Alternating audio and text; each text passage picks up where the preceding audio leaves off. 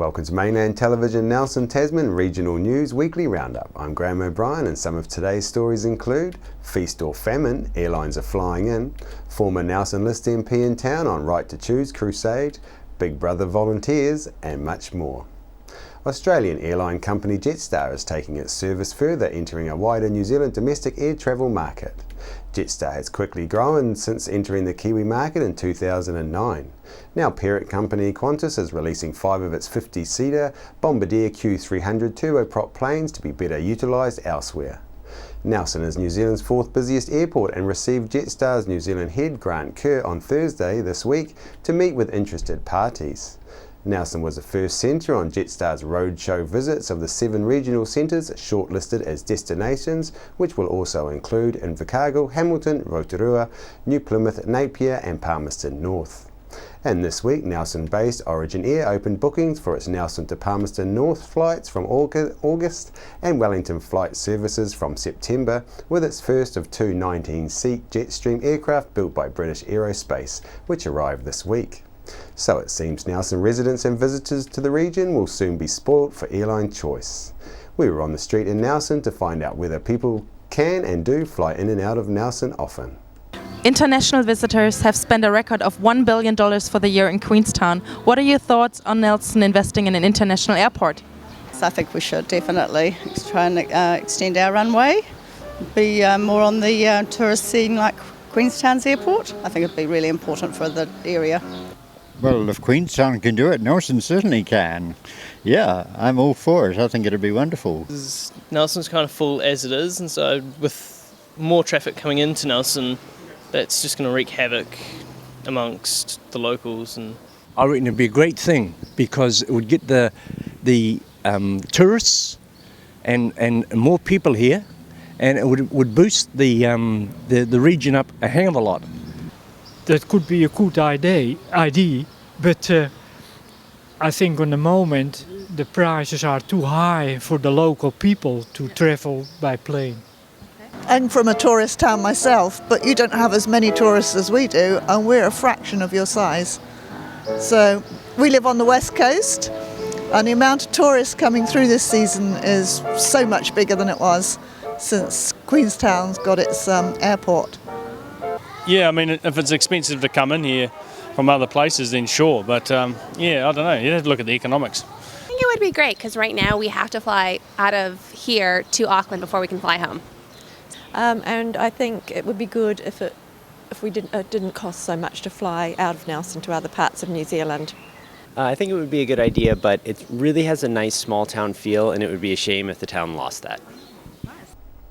Nelson publishers Potton & Burton have been awarded the prestigious Publisher of the Year gong at the Book Trade Industry Awards held in Auckland last Sunday night. Chrissy Small caught up with Company Executive Director Robbie Burton and Managing Director Emma Radcliffe to find out more about the company name change and what this award now means for the company.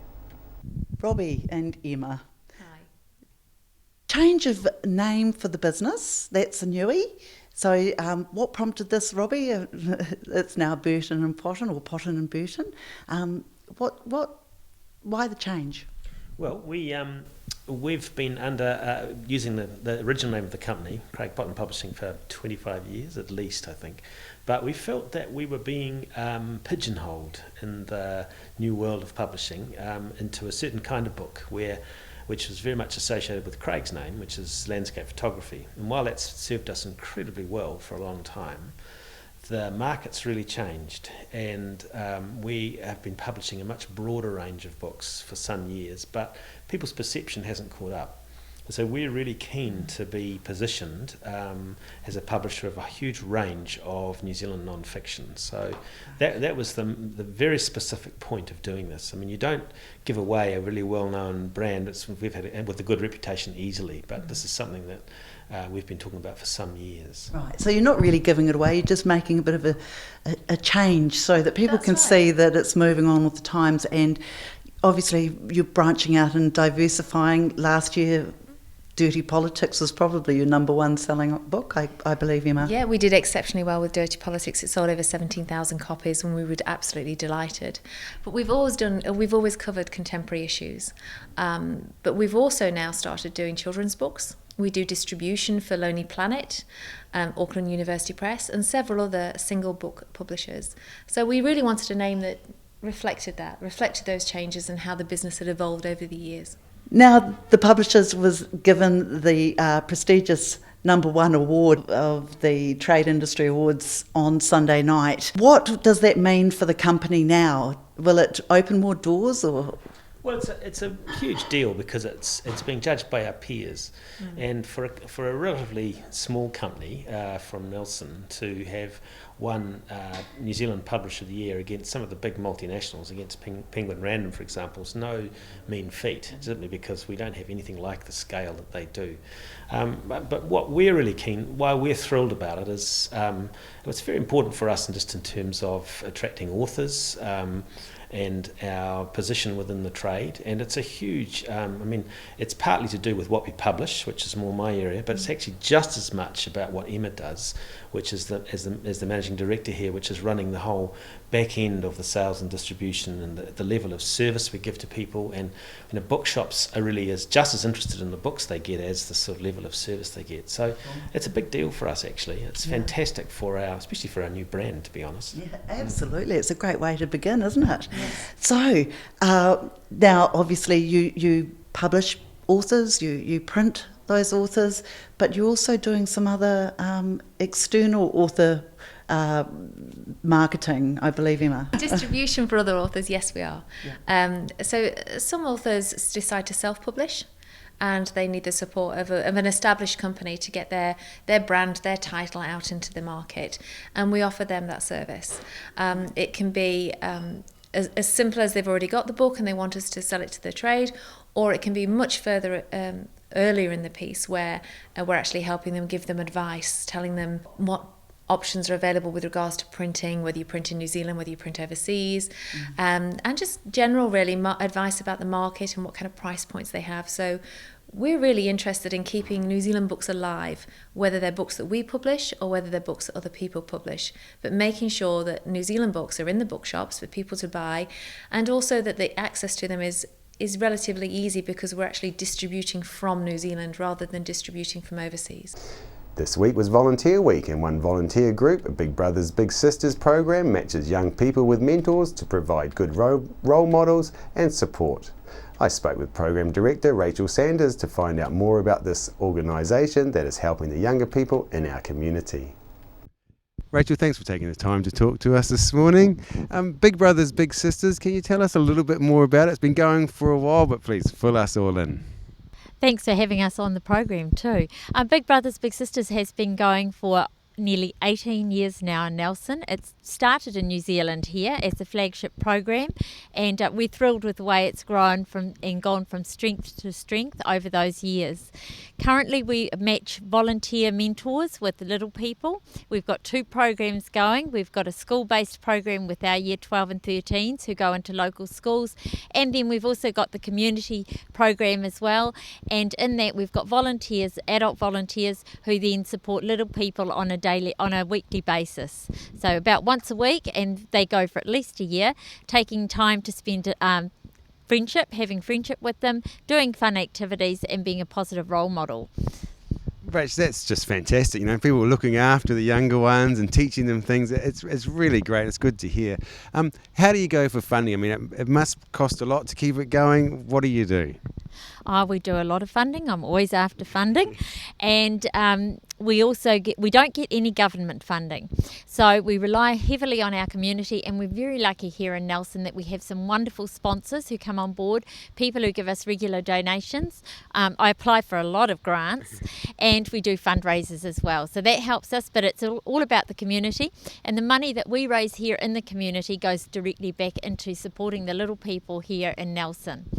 Currently at this point in time we've got over 50 young people on our waiting list, and the need just keeps growing. These little people just need someone to spend a little bit of time with them, giving them support and being a friend. Yeah, it's nice, isn't it? You know, you really just need the mentor, don't you? And so, where to from here for Nelson? Have you moved out into other areas around? Actually, we have. We've opened up in Motueka. I launched that in October last year, and we've currently got about 10 matches happening over there and a small waiting list of about 10 over there. So we're looking to grow in that area. Motueka's been an amazing community for helping us get started and supporting us. So we're looking to grow further there, and we're continuing to grow right across the Nelson district from Hira through to Wakefield, through to Tapawera, through to Motueka. We're covering the whole region. We just keep looking for more mentors. So anyone who thinks they might be an amazing mentor, or they know of someone who would love to mentor, please do get in touch. We're always on the lookout for you to make a difference in a little person's life. And for these volunteers that do all this work, is there anything structured that you have, or they sort of make up what they want to do with the people? And also, it's traditionally that more women volunteer than men. Is that true for this as well? Women are quicker on the uptake to volunteer, actually. Men think a lot longer. Sometimes they can take 18 months to 2 years, and they say, I've been thinking that long before they come along to us. But generally, we get more women who volunteer.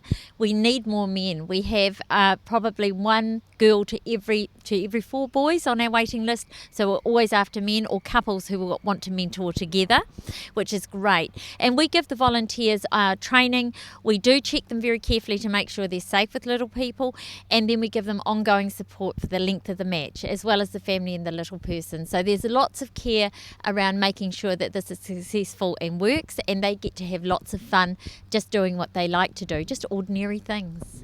Yeah. Yeah, a friend of mine, Carl, does mentor, and he says he goes out fishing and things with the boys, and they just love it because they don't get it usually. That's true, and a lot of our kids don't. Their families are very busy. They just don't have time for that little person, and a lot of these kids miss out on the ordinary things. When I first came into the program a couple of years ago, what blew me away was one little person in Washington Valley who'd never been to Tahuna Beach at age 9. So it's the little things that make a big difference, and that just has a ripple-on effect. Every little child that's impacted ripples onto every single person that they come in touch with in our community. Rachel, thanks very much for your time, and on behalf of the community, thanks for all that you're doing. Thank you, and thank you very much, Nelson, and our community for supporting us. Holly, thanks for taking the time to talk to us today. Volunteer Nelson, we hear your name quite a bit. Can you just tell us a bit more about what the organisation does?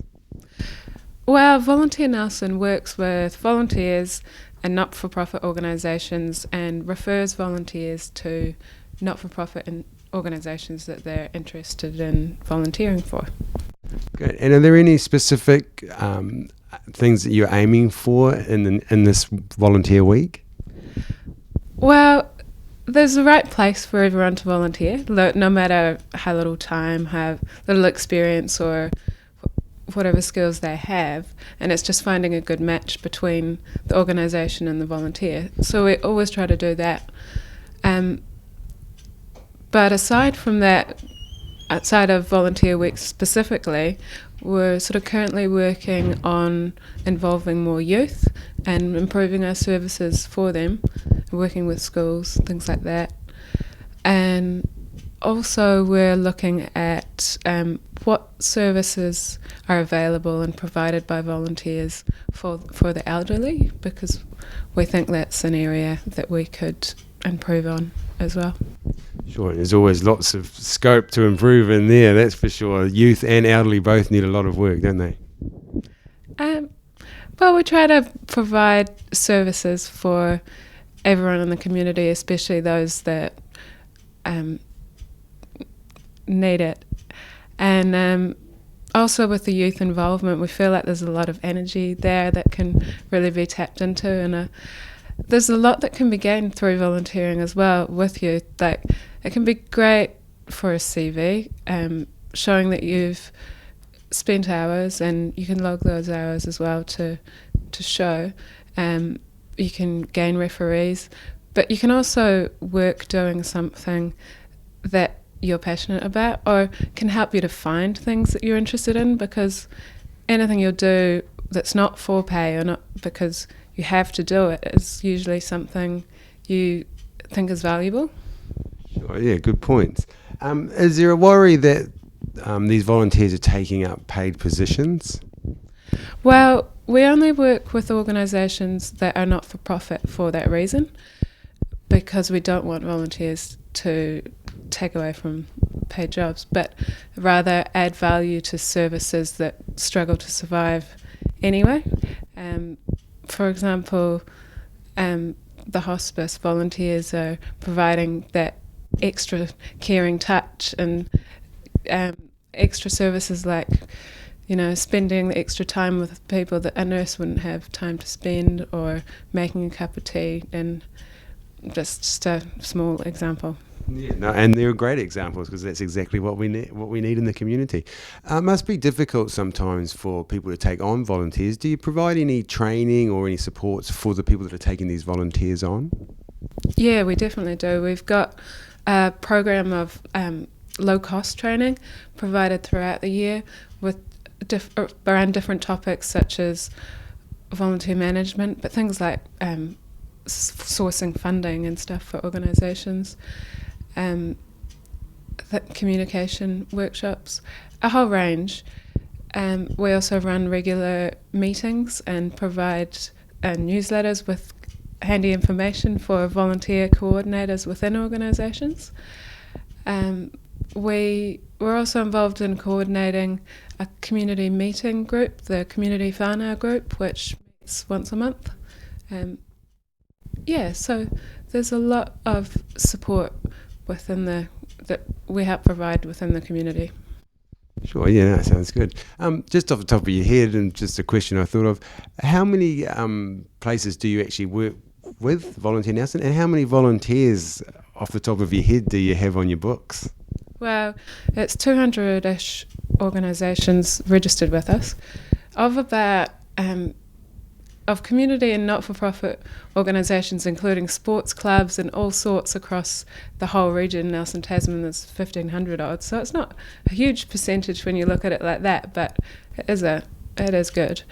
We've got around 1,000 volunteers registered at the moment, all in various stages of active, not active, working with an organisation, that sort of thing. Sure. Well, you did well to have those figures on the top of your head. Holly, thanks very much for your time and all the good work that you do on behalf of the community. Oh, thank you. Former Nelson List MP Marion Street was in Nelson this week after presenting a petition to Parliament on the End of Life Choice Bill that was signed by 8,975 people, wanting the law to be changed to allow people with terminal illnesses to choose the time they end their life with medical assistance. On Wednesday, Marion spoke to a packed house at Yaza Cafe's Spirited Conversations monthly event about the End of Life Choice Bill. It has been Lucretia Seal's story that has highlighted the need for debate on this issue. It seemed that many at the talk agreed with the petition and are concerned with their own future and how it might end. Mainland caught some of Marion's talk at Yaza. The petition would go the next day. I knew the Health Select Committee met on Wednesday, but Clark is the person who decides which committee it goes to. I was very keen for it to go to Health and not to Justice. Justice was my original thought, and to be part of the Justice portfolio, but I was persuaded out of that by a colleague who said, Marion, there are so many things we need to take out of Justice and put into Health. Back in 2009, a discovery was made in the Abel Tasman National Park by science geologist Dr. Greg Brown, who found evidence that our region played host to dinosaurs. And now in the Nelson Provincial Museum you can see firsthand the footprints of these giants that walked our land. Dinosaur Footprints is a story of discovery and features 3 footprints discovered in the late Cretaceous coastal sandstone rocks in northwest Nelson. They are the first dinosaur footprints ever found in New Zealand and the first evidence of dinosaurs found in the South Island. And we leave you with Dr. Greg Brown talking about his discovery in the Abel Tasman around that time.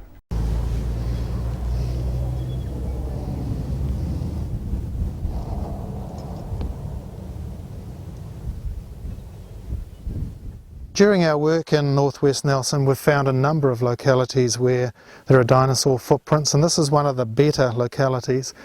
These footprints are preserved in coastal deposits which were formed about 70 million years ago when this area was covered by a very shallow intertidal sea. What we have here are lighter coloured sands with darker coloured muds, and these signify when the tide came in and out. The preservation of these footprints is quite special. The tide basically came in and preserved quite delicate structures. We can see in some of these footprints the direction in which the dinosaurs were walking. We can tell which was the heel and which was the toe portion. And we can also tell something about how soft, consolidated the sediment was, how fast the animals were moving, and how big the animals were. This is one of the localities where we have the dinosaur footprints preserved, and they were walking across this intertidal platform area, and you can see some of the delicate structures where the currents were moving across this beach environment. In this example we can see a clear heel and a toe, so the animal came through and the strike of the heel and the toe lifted off there. We can identify which way they move from just very low angle fractures at the toe end of the footprint. So as it lifted off the surface, it left little blocks of sand or mud. In this example we can see that this was the heel and this was the toe, that the foot landed and lifted off, and we can see these low angle fractures. Here we've got a vertical slice through the rock and a dinosaur footprint preserved in cross section. So this is one side of it and that's the other side over there. This one you can see the very sharp margin to the dinosaur footprint. So here's one margin and here's the other margin over here. This find is quite unique. It's the first time that dinosaur footprints have been found in New Zealand, and it's also the first time that dinosaur remains or evidence for dinosaurs has been found in the South Island. And it's absolutely amazing that they are here in the first place, because an intertidal environment is somewhere that structures get destroyed very quickly by wind or by tides, by currents, by waves. So the preservation, or the chance for preservation, is very slender.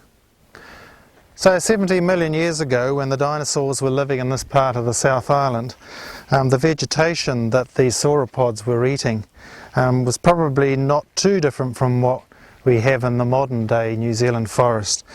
And probably, as far as we can determine from the pollens, the temperatures were not too different from what they are today in this part of the South Island. So these dinosaurs were feeding off that vegetation and roaming around these coastal areas and foraging for new, better feeding areas. One of the very coincidental features about this discovery is that we interpret the rocks 70 million years ago to be coastal, intertidal mudflats and sand beaches, and that's very much what we have in northwest Nelson today. So a lot's happened in the intervening 70 million years, but we've gone back to exactly the same environment today as what was here 70 million years ago.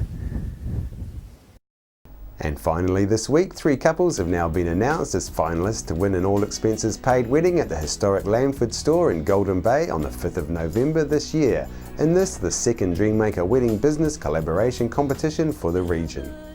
Dreammaker competition organiser and sponsored Tourism and Events Association New Zealand spokesperson Terry Everett was astounded by the amount of couples in this year's competition and their stories about finding love. This year, instead of using judges to pick a winner, an online voting system through social media was set up to find the 3 winning couples for the finals, which has certainly made the organisers' job of finding a winner a lot easier.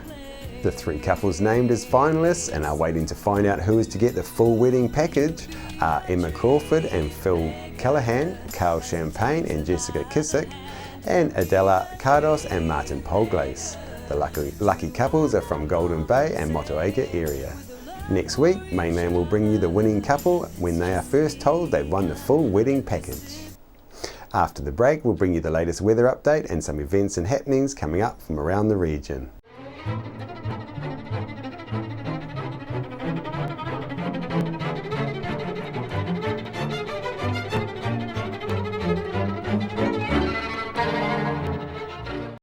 Hi, I'm Sharon O'Neill and I'm back home and you're watching Mainland Television. Hi, my name's Ian Mortimer. Mortimer Auto Upholstery is your one-stop shop for all your upholstery needs.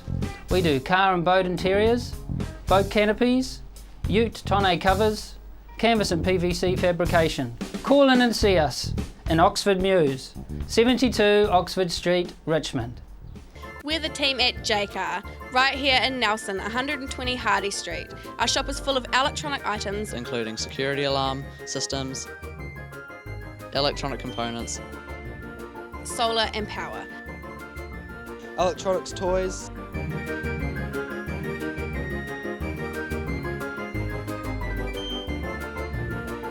sound systems, cables, and much, much more. Jaycar. 120 Hardy Street, Nelson.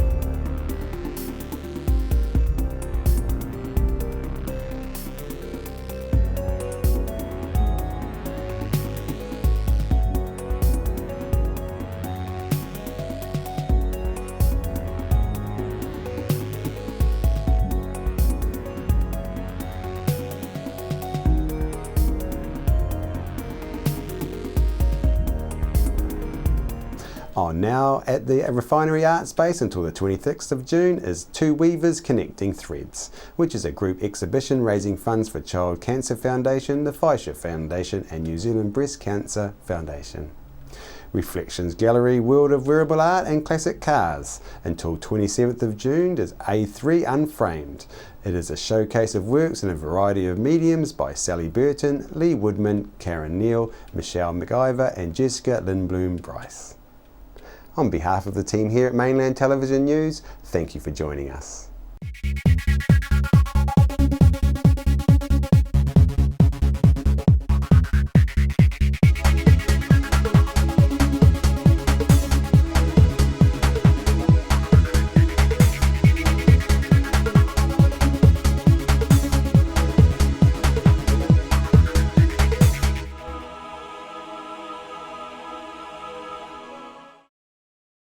Supporting local content so you can see more of New Zealand on air. Welcome to Smugglers Pub and Cafe, open 7 days a week with free parking all day. Our lunch menus have that old-fashioned flavour where we treat you like treasure with the food you'll savour. We cater for children, grannies and granddads too, with special rates and privileges given to the elderly lunchtime crew. Our staff are friendly and kind and want to see you all come back time after time. Daytime or evening, it doesn't matter. Give us a call on 546 4084 and we'll be happy to spoil ya. Why would you want to pay as much as $1,000 for a single bed mattress when you can buy a high quality locally made mattress like this for as little as $220? And a queen size mattress could cost you in excess of $3,000, but at Nelson Beds you could have a mattress like this as low as $425. So why would you go out and spend a fortune on your child's bedroom when you can come to Nelson Beds and buy a complete single mattress and base set, a 7-drawer Scotch chest, a headboard and a 3-drawer bedside cabinet for as little as $979? So call and discuss our custom manufacturing options and local after sales service at Nelson Beds, Nelson's only bedding manufacturer. World War I was a defining period in our history, impacting greatly on the lives of people from the Nelson province. Memories of the First World War is an exhibition which will be displayed in a number of regional venues and is currently on at the Nelson Provincial Museum. Hi, my name's Ian Mortimer. Mortimer Auto Upholstery is your one-stop shop for all your upholstery needs. We do car and boat interiors, boat canopies, ute tonneau covers, canvas and PVC fabrication. Call in and see us in Oxford Mews, 72 Oxford Street, Richmond. We're the team at Jaycar, right here in Nelson, 120 Hardy Street. Our shop is full of electronic items, including security alarm systems, electronic components, solar and power, electronics toys,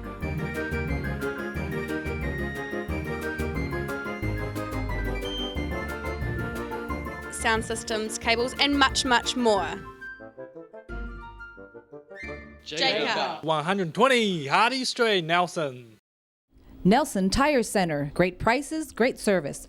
Buy your own Bryford trailer. All types, all sizes. See Colin Douglas for your tires and batteries.